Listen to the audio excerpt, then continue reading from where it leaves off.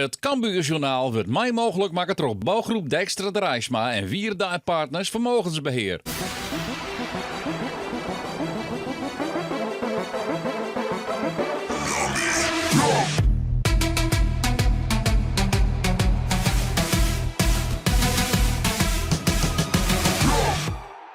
MVV thuis. Dat is de ploeg werd op 5 september van vorig jaar woonwaard met zo'n in Maastricht.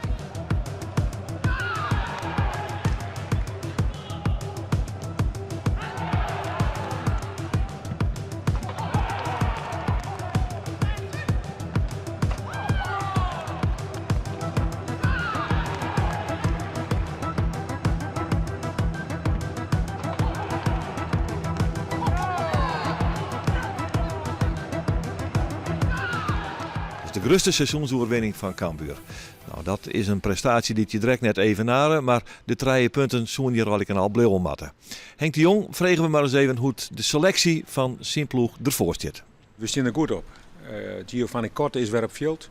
Had vermoedelijk de paas trap meedien, dus even zien hoe dat. Ik denk dat het oren wikken wordt, maar hij gaat de goede kant op. Ragnar Orat Mangoen zit er weer aan te komen.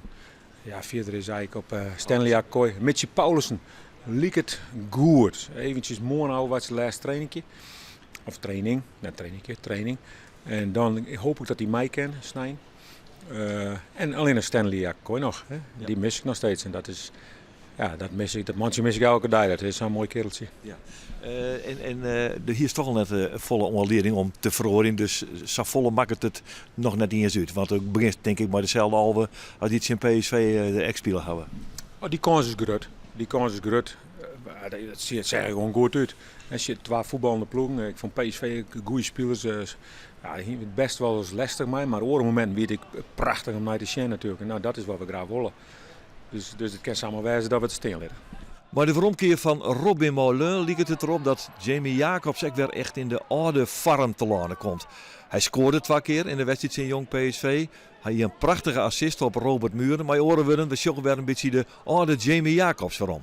Ja, kijk, het liep sowieso als team wat makkelijker. Hè? Dus dan kom ik ook meer in mijn spel. PSV gaf druk, komen er meer ruimtes en daar rendeer ik gewoon beter in. Dus ja, dat heeft met mij ook geholpen afgelopen wedstrijd om een lekker potje te spelen. Dus nee, daar was ik hartstikke blij mee. Ja, want ik zag je weer opduiken, ouderwets opduiken, ergens rechts in de 16 meter. En daar komt het gevaar en daar komt de assist. Ja, je zegt dat goed. Ja, kijk, als die ruimte daar ligt, dan kan ik dat hartstikke mooi invullen. En sommige wedstrijden is dat lastiger, maar ja, weet je, ik probeer het altijd te doen. En de ene keer komt het er wat meer uit dan de andere. Dat kan gebeuren. Niks ten nadele van Mitchie Paulussen, begrijp mij goed. Maar had het ook iets te maken met de terugkeer van Robin Molen, die dat, ja, ik zou bijna willen zeggen, als geen ander aanvoelt waar die ruimte ligt en waar jij bent? Ja, kijk, iedereen heeft zijn eigen kwaliteiten. Kijk, van Robin weet ik dat hij daar heel goed in is. Weet je? Dus het zou voor mij gek zijn om die kwaliteiten van hem dan niet te benutten. En om daar mijn eigen kwaliteiten dan bij te koppelen. En weet je, dan krijg je dit soort goals. En ik denk dat dat wel een kracht is van ons team. Die gaan een gevoel voor kwam er. Hè? Maar wat had Mitchell ik hoor met Jamie. Alleen die jongens gaan heel lang om elkaar kunnen spelen. Hè? Robin en Jamie. Ja, en Jamie verspeelt ik was een bal. Maar dat jet ik bij hem. Maar hij is met zijn diepgang natuurlijk levensgevaarlijk. En daar ben ik steeds mee bezig. Hè. Je moet de training doen, daar ben we echt mee bezig. Ja. Nou, dat had Mikey Breijek in de diepgang. Dus het zag er goed uit. En dit is de opstelling van Cambuur en die ziet er echt goed uit. Want dezelfde als die in Jong PSV. Geen reden om dat aan te passen in MVV in de thuiswedstrijd. En dan geven we naar de wedstrijd. Een wedstrijd die, nou ja, hoe zullen we dit nou eens even proberen duidelijk te maken. Nooit een wedstrijd waard, omdat er één ploeg weer die het voetballen wil. Dat wie Cambuur komt hier in de kansrijke positie met Jamie Jacobs. Maar de keeper van MVV, Mike Haverkotte, pakt die bal waar ik een beetje ongelukkig afwerken terug Jacobs. Nou ja, en MVV, dat wordt dus net voetballen. Die hier maar één idee. We zetten een linie van Seisman achter de bal. En we zetten er een linie van Fjouwer voor. Dus dit was een beetje met Tjierman op de kop van de cirkel. En dan moet Cambuur maar voetballen. En dan zullen wij wel weer dat skipstrand. Ja, je kunt er wat van zeggen, je kunt er wat van vinden. Maar leuk om naar te zien wie het in alle gevallen net. En als Cambuur zijn, dan moet je dan de rest bewaren en de kansen die je krijgt, zien te benutten. Nou, kansen kregen Cambuur in de eerste helft net een hele soort. Het is wel altijd balbezit van de Ljouters. Zo nou en dan lieken het erop alsof MVV er even uitkomen koer. Dat zijn de spaarzame momenten dat er iets van onvallende actie aan de kant van MVV te bezien wie. Mikkels is dit jaar, die leidt in mei naar de linkervleugelverdediger Salasiva en die kan hem dan aanpassen. En dan komt hier een Scott. Nou ja, en dat is eigenlijk symptomatisch voor hoe het MVV voetballen. We lieten het maar even zien om aan te tonen dat het bepaald net goed weer. Thibaut van Akker weer, de man die het skeert.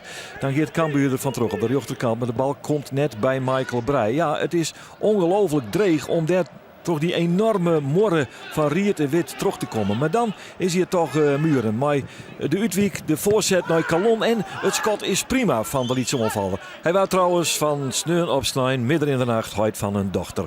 Maar hij scoort hier correct net. Het is ook op het randje van boetespul trouwens wat Muren hier doet. Maar ja, daarvoor ben je spits, je steen scherp. Het schot is best aardig trouwens. Ja, in één keer maar de jochter. Keeper Mike Haverkotte redt prima. De Rije Kalicic, dat is de trainer van MVV. Nou, hij hier dus voor die uitermate verdedigende stelling kiezen. In Cambuur, nou ja, dat ziekert en vrot en vraamt en beziekert om er terug in te komen. Hier dan de paas weer naar Calon. Calon maar het schot geeft correct voor ons. Ja, je moet ik een beetje de mazzel mee hebben in sokkenwedstrijden. De kansen binnen net een protte. Als je hem rap benutte, dan weet je dat MVV deze verdedigende stellingen misschien verlitten had. Hey, dit is een doelpunt van Muren, maar die werd ook had vanwege boetenspul. Net de nummer 21 van de spits van Cambuur. En zag even staan gewoon op naar het einde van de eerste helft. Hier nog even die paas vanaf de rechterkant. En dan is wel te zien dat die bal bij Muren komt die in buitenspelpositie staat. Op naar het slot van de eerste helft. En dan weet Cambuur dat geduld een schone zaak is. Dat wat zo nou en dan expressioneel uitdrukt terug bij naam Kelvin McIntosh die het presteerde om in de tweede helft een keer 30 seconden op de bal te gaan. En toen stapte het er bij een 1-0 vastsprong van de Ljouters nog net een NVV eruit. Want hier komt die 1-0 aan. Jamie Jacobs die vindt Muren. En hier zie je het echt een luchtje van boetespul aan. Maar de arbitrage liet dit terug in 3 minuten. Na het begin van de tweede helft is het Cambuur dat dan toch weer te scoren. En dan weet je eigenlijk wel dat het nou wel zo'n beetje klaar wezen zal. Daar komt de paas, dit is net boetespul. Maar Muren, daarachter in beeld, die stiert toch maar een knibbeltje voorbij zijn directe tegenstander. Maar ja, er is geen VAR en dus Kees zei ze van hey Marcel, shit, dit is het goed zijn. En dan komt die bal toch voor. Prima voorzet trouwens van Jamie Jacobs. Alert reageert ik van Muren. Hij telt en dat is mooi voor Cambuur. 1-0 na 48 minuten. En dan is het MVV dat ze nou en dan toch even zien liet. We kunnen best wel voetbal. En dan denk je, waarom doe je hem dat dan net jeder? Dit is Blummel, Sven Blummel. Hij kwam dit weekend in oer van de Graafschap. Net een minne versterking voor MVV trouwens. Maar hier vindt hij toch de keeper van Cambuur, Sonny Stevens, op zijn paard. En zo zie je dus dat er best wel voetballen willen kind terug MVV. Maar dat ze gewoon vertikten met die verdedigende stellingen. Die houden ze echt nog behoorlijk vast na die 1-0. Maar hier komt Hoedemakers, doink. Ja, dat is een heel mooi droeg schot van de middenvelder van Cambuur. En dan is het binnen 64 minuten eigenlijk helemaal dingen. Want dan is het 2-0 voor Cambuur. Het is een uitermate verdedigend, negatief spelend MVV. En dan zie je me weer, dat leert net altijd. Je kunt eens een keer een 0 houden. Maar hier is het 2-0 voor Cambuur. Het tweede doelpunt komt op naam van Hoedemakers. Dan gaat tussenbal naar Muren, maar die zit een hele lijn boetespel. Leppelt hem trouwens echt meters door de goal heen. Ja, je had het er ook wel een beetje hoorn dat je zo'n wedstrijd spelen in het ijskoude Cambuur stadion. Maar niettemin, Cambuur die pakt 3 belangrijke punten. Dan nog even deze actie van Muren. Ja, hij zit terecht boetespul. En dus kan dit geen genede vinden in de eigen van de arbitrage. MVV dan nog in balbezit. Komt er nog wat uit, de ploeg van Maastricht? Nou, eigenlijk net. Hier dan eventjes de bal wat heen en weer. Maar ja, dan zet Cambuur druk. Schouten die stapt ook nog geregeld terug naar het middenveld. En dan zwaait de skiertzuchter, we houden ermee op. Het wie geen wedstrijd, maar Cambuur wint wel met 2-0 van MVV. We moeten gewoon die wedstrijd winnen, meer is net. Want de tegenstander won het. Nou, en dan mag je wachten tot die bal valt en dan gaat het erin. Ja. De tegenstander voel in extremis net. Dat op het irritant om te houden net. Nee, maar ik erger me er net meer aan. Dat hey, trainer. Ja jongen, dankjewel. Jij ook. Dat weet ik nou wel. Hè. Dat zit van de komende 16 wedstrijden nog wat over keer gebeuren. Dus, en dan gaat het gewoon om de kans die schrijft. Die mag er een keer in. Hè. Daar heb ik een rustig zijn. Rustig gewoon trots zetten je mij. En Erik wat voor. Hè. Dan krijg je een soort trijf jouw treien. Nou, en op een gegeven moment valt er wel. En dat krijgt nog. Hè. Dan maken we net meer zoals we verdienen dat we een zelf deksel op een neus krijgen. Dat mijn net. Ja, en toen heb ik zijn, oké, nou staan we voor. En nou met humma. En dan ga je op bal staan. Ja, ik heb er maar een mooi hoorn bij Kelvin. Ik zei het weer een mooi statement. Dus, nou, het was geen statement, maar dat weer natuurlijk wel een statement. Ik vond het een fantastisch statement. Nou, dat had ik laatst zijn op televisie. Daar zijn de meesten net dus net. Maar dat doe ik wel. Tegenstanders won het voetbal. En dat ken ik bij de MVV trouwens begrepen. Hè, die had natuurlijk een hele moeilijke begrutting. Die had hartstikke moeilijk. Maar die had het gewoon goed staan. Maar ja, nou dan moet ze van de goal. Dan krijgen wij ruimte. Maar wie is dit nou een afgesproken idee? Heeft het met Kelvin hier doorhoorn? Om die poort maar eens op een bal te zetten en zei, nou ja, en dan het voetbal wel harder ermee op? Nou, dat gebeurt in de wedstrijd. Hè. Dan mag ze van de voor net toe gaan. Daar hebben we wel vaker aan. Dan tegen van de bal en we zien voor. En dan mag ze een keer de poort dan geven we gewoon op de bal staan. Ja, wat maar was. Wij wel. Ik word publiek voor meidje. En maar ook moet ik voor de MVV wel opkomen dat die oren voorstellen dan orenclubs die dat ik wel zien dus doen. Ze hebben de hele wedstrijd niet veel gedaan. Dus ik dacht, dan doe ik ook even niks. Ik dacht echt, hij maakt een statement. Als je niet wilt voetballen, nou dan voetballen we toch niet. Houden we ermee op. Ja, nee, ik was verbaasd zelfs dat het zo lang duurde voordat ze uitstapten. Maar ja, wij maken de 1-0 met een goede aanval. Ik vond eigenlijk dat we de hele wedstrijd wel gewoon goed speelden. Niet veel kansen gecreëerd, maar dat is heel lastig. Met een verdedigende ploeg. En uiteindelijk hebben we het heel goed gedaan door 2-0 te winnen. En dan is dit de stand. Cambuur op kop, 53-22. Almere City in de achtervolging nog altijd. 50-21. Mat nog gespeeld in NAC Breda. De Graafschap zit op het vinkertouw. En FC Dordrecht is nou weer de onderste in de rangschikking.